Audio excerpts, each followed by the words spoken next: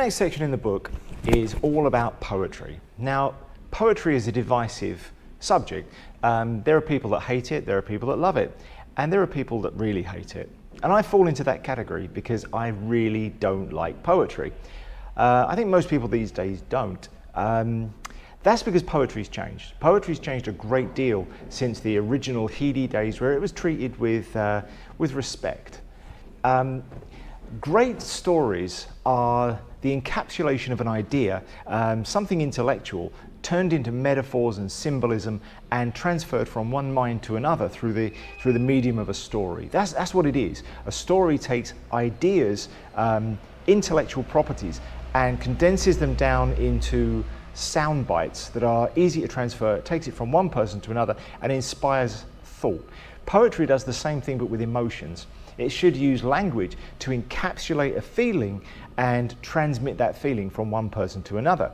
It should give you something to feel about, not something to think about. A story should make you think, a poem should make you feel. So it's using language as a means of expressing something that we feel. They absolutely do not do that anymore. Poetry has become one of the worst dumping grounds for just terrible writing. And that's why I dislike it, because it's basically become a dustbin. And I'm not saying stories are free from that either. We live in a world where the best-selling books are Harry Potter and 50 Shades of Grey. They have no intellectual value whatsoever. It's a bit like eating McDonald's burgers. I know we don't have McDonald's here, but it's fast food burgers. In Iceland, they took the last ever, but they banned McDonald's, and they took the last ever burger that was sold and they put it in a museum in a glass cabinet. And a year later, it still hadn't gone off. It was still technically edible because it was so full of chemicals and contaminants. It just wouldn't go off. It's no longer food, it has no nutritional value. And that's the world we live in, where anything good is pretty much processed out. Poetry suffers from that, art suffers from that, and we see the same thing with stories. And look at modern art. Look at modern art versus art from 500 years ago. Instead of an artist working all their life to create something absolutely outstandingly beautiful, we now have people that just splash paint all over a bit of canvas and say, give me $15 million. And that's the world we live in. Stories are the same. I mean, stories are treated absolutely with the worst disrespect. And I've used this example before. Take a story, Fight Club. Fight Club is an excellent movie, really, really good, based on an equally good book. The movie is very, very good. It's one of the few times where the movie is better than the book. Even the author of the book said so. He said it was awesome. The movie took what he did in the book and took it up from where he wrote it to the next level. It was a fantastic movie, and it was really, really good. But it stars Brad Pitt. He takes one of the lead roles, and they gave him something like $4 million to be in the movie. Now, Brad Pitt reportedly wanted the role so badly that he went to a dentist and had his teeth broken. It's a movie about a boxing club, and he wanted the job. So he'd already broken a tooth. He went back to the dentist and had the caps taken off, so his tooth was broken again. And this is the kind of movie it was, where people loved it. They produced something that was really, really amazing. It was a great film, one of the best. But Brad Pitt got $4 million to do this job. But to him it was more than a job, let's be absolutely fair. But he got $4 million, and reportedly they paid $40,000 for the rights to the story.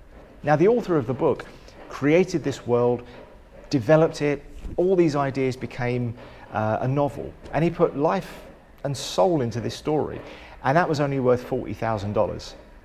Granted, he made more money out of that. The rights to the book would have outsold because it was involved in the movie. He would have got a share of the movie going forwards. So he did earn more than $40,000. I mean, I will accept that.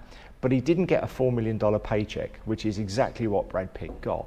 And that's how we treat writers. The writers are not respected in Hollywood. They're not respected throughout the world.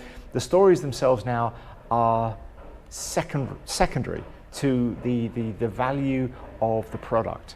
And that's a big danger. Now, poetry has fallen very much a victim to this mentality. We've encouraged, especially teenagers, no offense, to write poetry, and we tell them anyone can write poetry. You just put some words together, you just feel bad, write whatever comes in your head, and bang, you've got a poem. And that is not how poetry should be. Poetry is just the same as writing a novel. It's taken me decades, 3 of them, to be able to write decent novels that are actually worth reading. 3 decades of my life I've dedicated to becoming a writer. And I don't think it's any easier to be a poet. It's different, it's a completely different art, but it's an art. You can't just pick up a laptop or a pen and just write something moving. You can't. But if you believe what you read online, that's absolutely what you can do. And of course, that's why poetry has suffered, that's why art has suffered, that's why stories have suffered.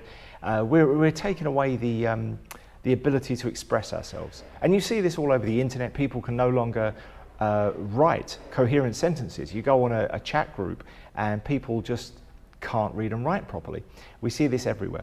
So I'm going to show you 2 examples of some poems, and I'll show you what I'm talking about. Now, first one we're going to look at is by Rudyard Kipling. Now, I'm not a huge fan at all. He wrote this poem, If, which is considered by many people to be one of the best poems ever written. It takes an idea, an emotional resonance. It takes the idea of inspiration, and it turns that inspiration into a poem. It rhymes, but not very well.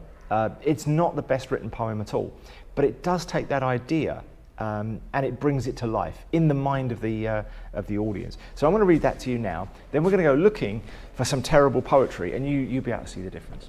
So this is If by Rudyard Kipling. You've probably heard it before. If you can keep your head when all about you are losing theirs and blaming it on you, if you can trust yourself when all men doubt you, but make allowance for their doubting too, if you can wait and not be tired by waiting, or being lied about, don't deal in lies, or being hated, don't give way to hating, and yet don't look too good nor talk too wise. If you can dream and not make dreams your master, if you can think and not make thoughts your aim, if you can meet with triumph and disaster and treat those 2 impostors just the same, if you can bear to hear the truth you've spoken, twisted by knaves to make a trap for fools, or watch the things you give your life to broken and stoop and build them up with worn out tools, if you can make one heap of all your winnings and risk it all, one turn of pitch and toss, and lose and start again at your beginnings and never breathe a word about your loss, if you can force your heart and nerve and sinew to serve your turn long after they are gone, and to hold on when there is nothing in you except the will which says to them, hold on. If you can talk with crowns and keep your virtue, or walk with kings nor lose the common touch, if neither foes nor loving friends can hurt you, if all men count with you but none too much, if you can fill the unforgiving minute with 60 seconds worth of distance run, yours is the earth and everything that's in it, and, which is more, you'll be a man, my son. Now this poem is becoming rarer. It used to be taught in schools, not anymore, because it talks of inspiration. It talks of the sort of person that you should be. And a lot of people dislike this these days because it talks about being a man, and that's not something that is taught these days. We don't want people to be men. We want a world of losers, to be honest. In America, they have this participation awards, and it all began with that. Everybody gets an award for participation. That's not how the world is. It is increasingly changing for the worse. This is all about becoming the best version of yourself. Let's go through the poem line by line. If you can keep your head when all about you are losing theirs and blaming it on you. So keep your head means stay calm. If you can stay calm when everybody around you is not calm but is blaming it on you. If you can trust yourself when everybody doubts that you're correct. So if everybody else is pointing their fingers and saying you're wrong, but you can keep your faith in yourself, but make allowance for their doubting too. So take on their doubts, listen to them, listen to other people's opinions, and weigh them against what you know or believe to be true. If you can wait but not be tired by waiting, so show patience and being lied about without dealing in lies. I try to do that myself. I don't talk about things that I don't know are true. I don't keep things back. I don't deal in lies. I say things that I believe. And unfortunately these days that absolutely encourages people to lie about you. or being hated. Don't give way to hating. I would absolutely agree with that as well. I get a lot of hatred on the internet these days. I publish articles about stupid stuff, science fiction stuff, and we get a lot of hatred. We get death threats. It's no exaggeration to say we get threatened with all sorts of things because people are filled with hatred about things they don't understand. And all we're doing is talking about movies, but we're saying this movie didn't work because of this. And people say, how dare you say that? That makes you all sorts of terrible things. And that's insane, but that's what people are giving into. People are incredibly childish. Not look too good, nor talk too wise. So don't be proud. Don't be someone who's very proud of yourself, because pride is, it's a precursor to failure. If we believe in ourselves too much, that's a danger, because we're not looking at ourselves objectively and we are believing in our own lies. This is something Hollywood absolutely encourages. If you can dream but not make dreams your master. So always look ahead, but always be wary of where you are right now. So always look to the future, but live in the present. If you can think but not make thoughts your aim. So if you can think and come up with new concepts, but not make that your ultimate goal. So again, live in the moment and be the person you are right now, but always be thinking about better things. Always be looking to go further and do more. If you can meet with triumph and disaster, interestingly in capital letters, but treat those two imposters just the same, because of course there are no triumphs, there are no disasters. You'll never win, but you'll never really lose either. It's just life. A better way of putting it would be, life is a marathon, not a sprint. You know, you don't win at life by running 100 meters. You win at life by getting to the end of it better off than you started. So there is no triumph, there is no disaster. They just don't exist. You could have the world's best day, and tomorrow will be a whole different one where you will start all over again. There's no such thing as triumph. If you can bear to hear the truth you've spoken. So in other words, if you can listen to the words you've said and have faith in the fact that you said the truth, you spoke what you believe to be the truth. Twisted by knaves to make a trap for fools. Your own words spoken, even if they are twisted by other people, and you know what we're talking about here, where somebody says something and somebody else takes a little fragment of it out of context, twists it around to make a trap for fools. We see this a lot with Donald Trump, where people have taken a few words he said, turned it all around to try and make him look bad, and people bought into it, and everybody in America was saying, oh, he's an evil president, and he absolutely wasn't. And now that we have got an evil president, you can absolutely see the difference. America is now a complete disaster. It's collapsing. Absolutely collapsing. So a trap for fools. This is warned about years ago. Or watch the things you've given your life to broken and stoop to build them up with worn out tools. So if you can see everything that you've given your life to smashed and then just start again without giving up, without crying about it, without making a fuss, you're on the right track. If you can make one heap of all your winnings and risk it all on a turn of pitch and toss, not easy to do. If you can earn yourself all this status and then have the courage to risk it all so that you can achieve your goals, and then lose and start again at the beginning and never breathe a word about your loss. So not bitch and moan about it, not make a big fuss about it, but lose and then just start again, because you know it's all a marathon and you know that you'll get there eventually if you keep trying and never quit. If you can force your heart and nerve and sinew to serve you long after they are gone. So if you can keep going when everything's run out, when all of your energy has passed, when everything feels like you should give up, but you don't give up. Hold on when there is nothing in you except the will which says to them, hold on. So as long as you've got that will inside you that keeps telling you to go on, and if that gives you the strength to go on, then we're getting there. If you can talk with crowds and keep your virtue, or walk with kings, not lose the common touch.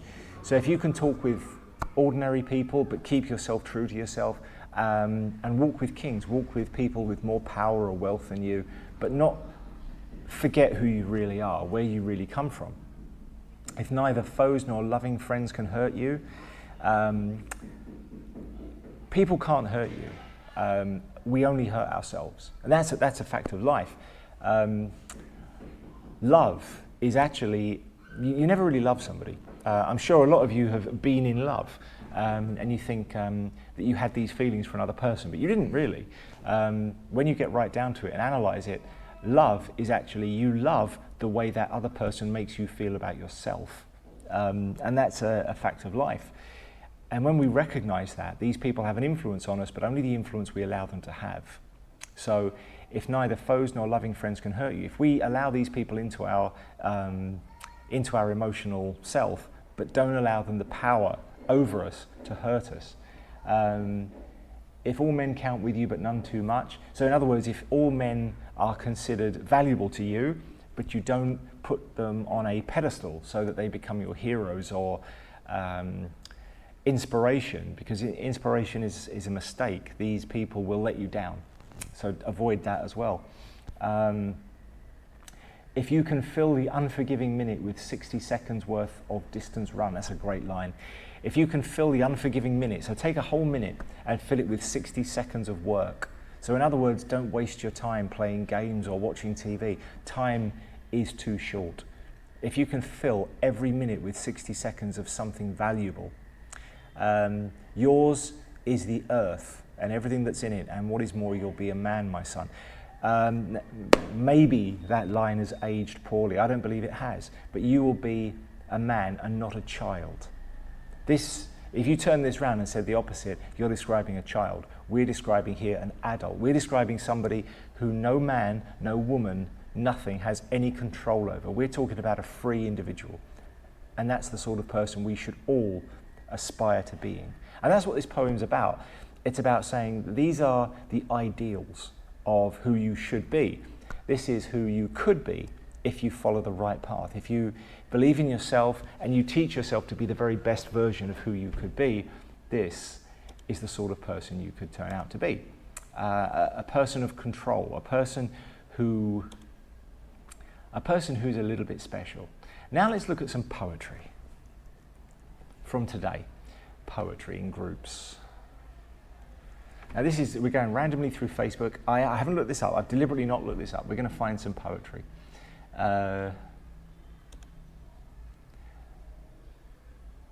Poetry. Right. Okay, here's a poem in a random poetry group on Facebook. The lotus and the water drop visualize a fully blown lotus, the divine flower, multi-petaled seat of gods and goodnesses. Mud is the base, though it is base, above is the leaf, nurturing life, and large as the earth. Oh my God, this goes on for chapters and chapters. See, it's fairly mean. Oh, here's another one. From BJ the poet, Shy, I love you. Would it be weird if I say I love you? And by the way, all the grammar's all over the place and spelt wrong. All the times I saw you, why am I so shy? When you pass, my heart skips 2 beats and I can barely breathe. Why am I so shy? Even when I don't say a thing or look away, all I can think about is you. Oh God, I'm doing it again. Now I don't want to speak at all, but if I could, I would say, I love you, capital letters. I'm not the type to say I love you. If I do, there must be something special in you and it's buried deep inside of you. I don't fall for girls because they're cute. I fall for them because their kind is few. Your kind is few, and ma, M-A, heart only beats for you. Dear God, I want to beat him to death with his own severed arms. We've got another one, different poet, same thing. Why do you ignore me? That you do not see me, that I am here for you.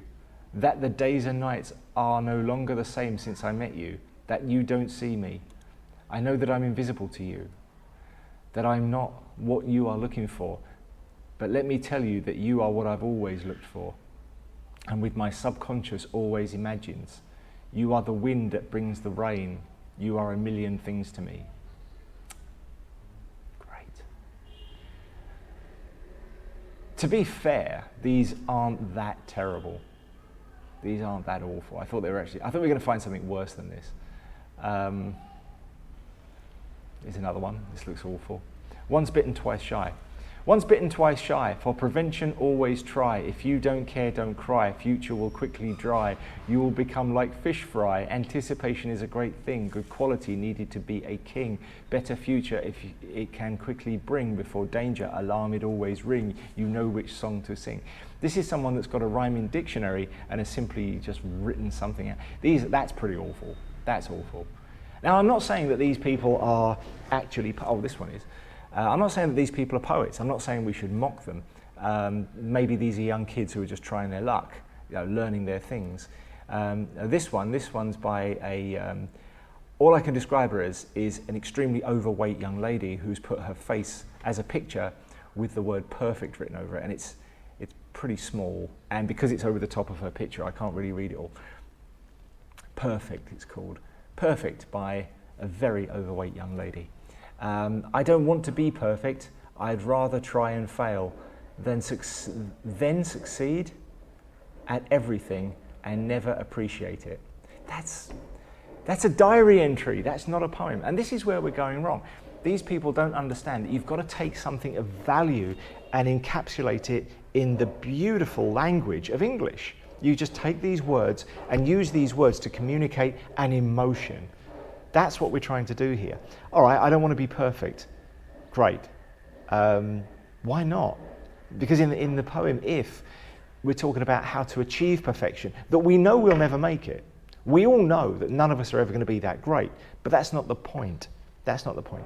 I'm a vegetarian, for instance. Now, I know that's an ideal. I know that it's not really very practical. I know that every time I take some medicine, I know that it's got extracts from animals in it. I know that. I know that a lot of the food I eat has animal extracts in it that I don't even know about. It's not perfect. It's an ideal. We should be selling the ideal. We should be trying to achieve more. Not by, I mean, this girl, basically all she's saying is, I'm too lazy. I don't want to be perfect. I'd rather try and fail than succeed at everything and never appreciate it. So she can't even get the English right. She's not even trying to, it should be than. That's just horribly lazy.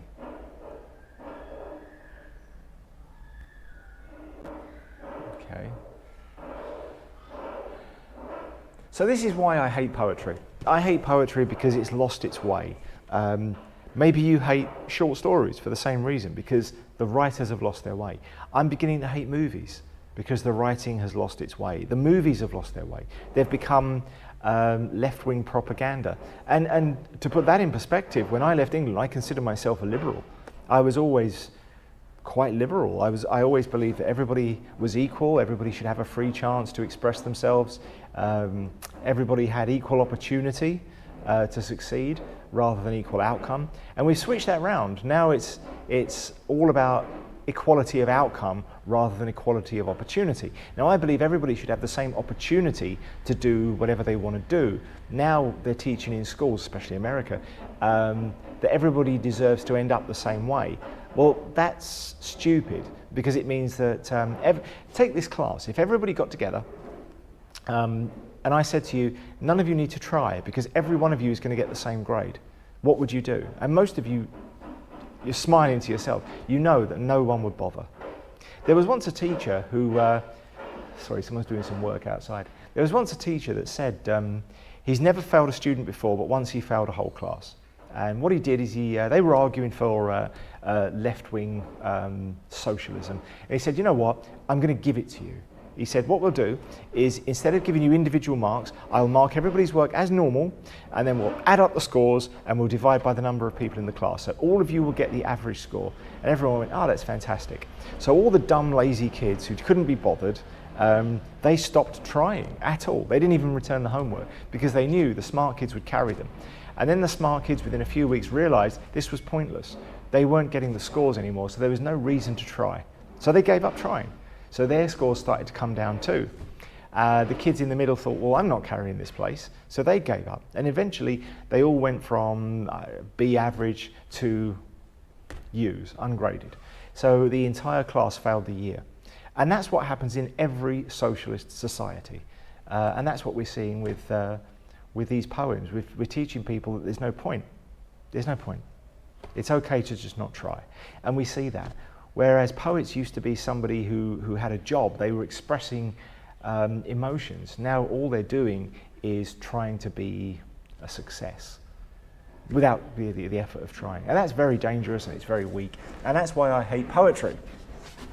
Or at least that's why I vehemently dislike poetry. So this week we're going to have a brief look at poetry. We won't go into too much depth because it's pointless.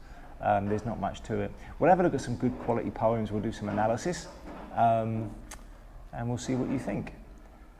But first, this.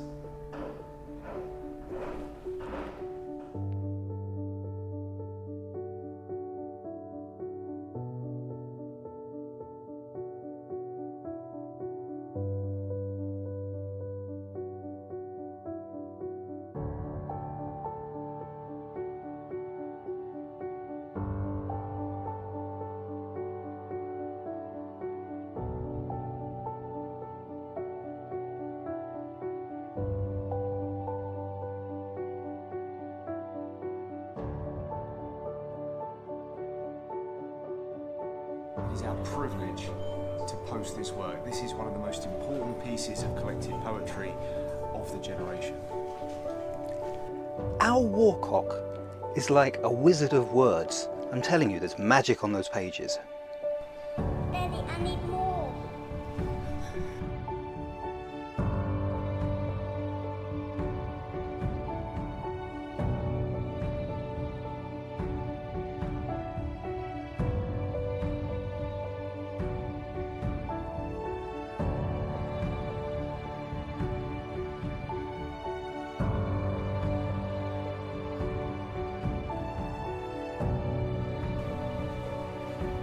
Al Warcock is quite simply the poet.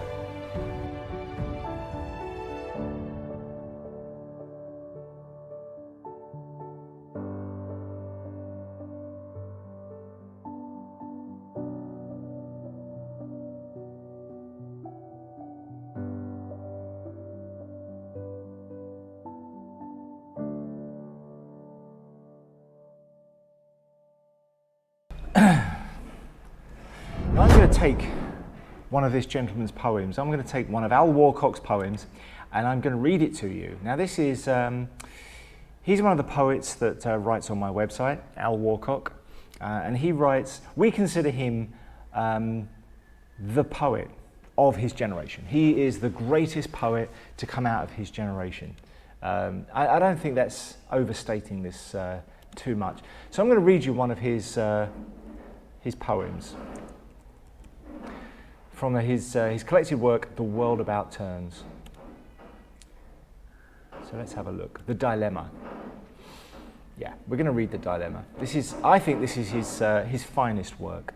So listen carefully, and yeah, I want to know what you think of this. The Dilemma. In darkness they gathered, lit only by the light of the shadows. The truth bent and twisted like a woman at a yoga class, one who had been doing it for over a year at least. The kind where newcomers look on and say to themselves, that's gotta hurt. These were grim, terrible, bent over things. To some, the most vile expression of their kind. To others, saviors that rescued from the dreadful burden of blandness. I look around. I am not like the others, and I am afraid. I am never chosen, and it isn't fair. Suddenly, there is light. We are bathed in brilliance, white boxes of leftover Chinese takeaway, long since expired, and should have been thrown out months earlier, but weren't. He peers into our world, this dreadful giant. His face is hungry. A pointed beard protrudes from his chin. Like a magician of water, they call him the plumber. We've all heard him talk to his wife while he peers inside the fridge. The whole world to us, for we are pickles. Raptly we gaze, wondering which of us he'll select to put into his sandwich. But I hang my head, for it shall not be me. I am not like the others. I am a sachet of lime pickle. Nobody wants me. It will be me, claims the proud gherkin. It is always me, for I am the mightiest of our kind. I am the pickle each of you wishes to be. He is right. He is tall, elegant, and tastes like vinegary heaven. I have licked him and seen the truth. I look away in turmoil. He will be chosen. He is always chosen. It is wrong. There is more to the spectrum of pickle than just his enviable green goodness. It is cheese, exclaims the jar of chutney. He sounds excited, and for a moment I relish the possibilities, my heart leaping in my citrus mouth. His sandwich is cheese. It won't be a gherkin. A gherkin would be the wrong choice. He desires something smooth and delicious to put in his sandwich. It is the chutney's time to shine. She might be right. She is smooth and delicious, while I taste like the... She is right. She is smooth and delicious, while I taste like the safety rail of a late-night bus in a bad London neighbourhood. To lick me is to swallow a mouthful of old copper coins with your head stuck up the rear end of a horse. I am lime pickle. I do not want... I do not know why I was made. My existence is torture. Chutney is nice, says a jar of traditional English pickle bought from Asda. But I am the classic. The cheese and pickle sandwich is my domain and mine alone. I am the quintessential pickle. I am the one everyone wants. I am the privileged one. You cannot compare to me. As a sachet of lime pickle, I make no argument. I want to be him. I want his privilege. I want to be more than I was made to be. I deserve to be in a sandwich. I am mustard pickle, says the mustard pickle. I do not know why there are other pickles. I am all that anyone needs. The plumber with his cheesy comestible. He's not good enough for me, for I am mustard pickle. King of all, I am king of all I survey, and everything else. He too is right. I am lime pickle. Perhaps my existence is for other pickles to look good. Is that my function in the fridge? Is this all I am? The pickled onion says no, and we listen. For when the pickled onion speaks, they are words of power. He will choose me, for only a fool would not. The mustard pickle says, he's no fool, he's a plumber. There is laughter that I don't understand, a cruel cacophony. Is it aimed at me? And then there is silence. They are waiting for my comment. It is theatre, every time the same. It is my turn to speak, to play into their game. I am lime pickle, I say. I don't belong in a cheese sandwich. I am not good enough. I came free with a takeaway. Nobody likes me enough to eat me with the food I was intended for. Now my existence is devoid. I shall never be the one. There is no equality here, and it simply isn't fair. I want to be a gherkin or some other delicious mustard pickle, but I was made different. It's not my fault. The lime pickle speaks the truth, said the pickled onion. Nobody will ever choose him. I look away sadly. I don't identify as he, but no one cares enough to even bother knowing. We don't talk that much.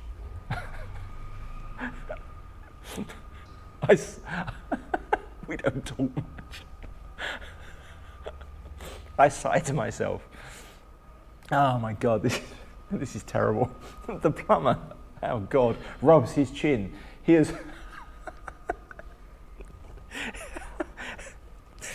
has heard our conversation somehow. Why should I choose you, you pathetic sachet of lime pickle? You will make my sandwich taste like the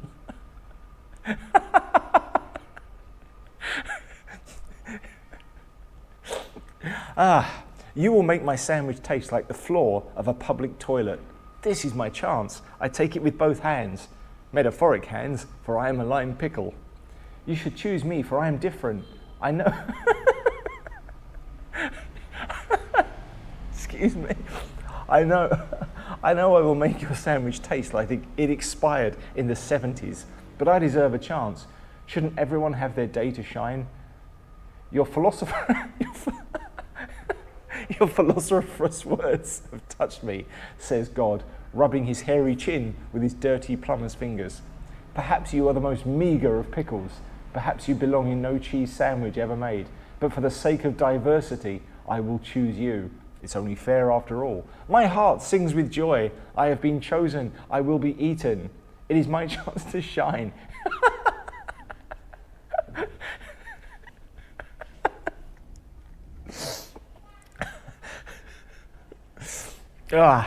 He winces in disgust as he peels open my sachet, but I am happy. At last, soon, I will be dead. Okay, one of the finest poets ever born. That's just the worst. Al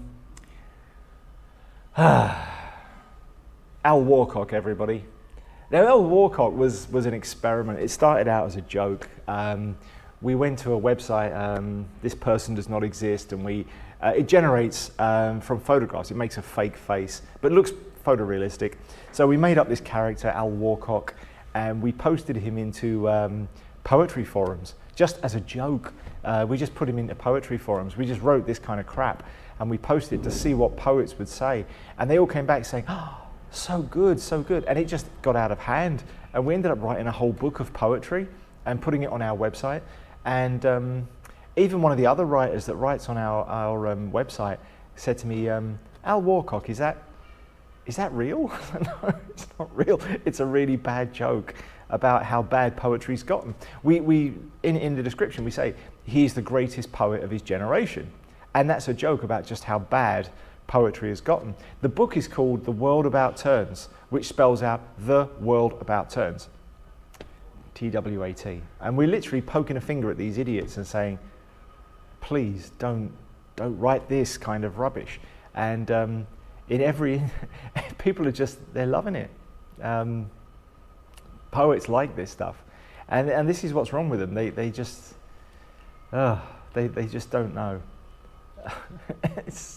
These poems are really stupid. I wrote some of these. Seth, my writing partner, wrote some of these. This one, I think I wrote this one. I can't remember. What makes a pizza? That's the title. Bread, tomato, basil, oregano, garlic, pepper, onion, pepper, pepperoni, bacon, mushroom, cheese. But what makes a poet? And that's supposed to be deep, but it's really just the ingredients of a pizza. But what makes a poet? So we put that sort of question at the end, and again, the poets thought, oh, that's so deep. It's not deep, it's stupid. Oh, God. These are hilarious. I thought these were just so funny. We wrote this book in about 3 days. We wrote the book pretty fast, and we were killing ourselves laughing. It was fun. It was really fun to write. It was really silly, and it made a point about why poetry sucks, and that was what we wanted to do, just to show people that this is bad, and it's bad because you can't see what this is. It's free on our site. Check it out. So that's why I hate poetry, and that's what we're going to be studying all this week.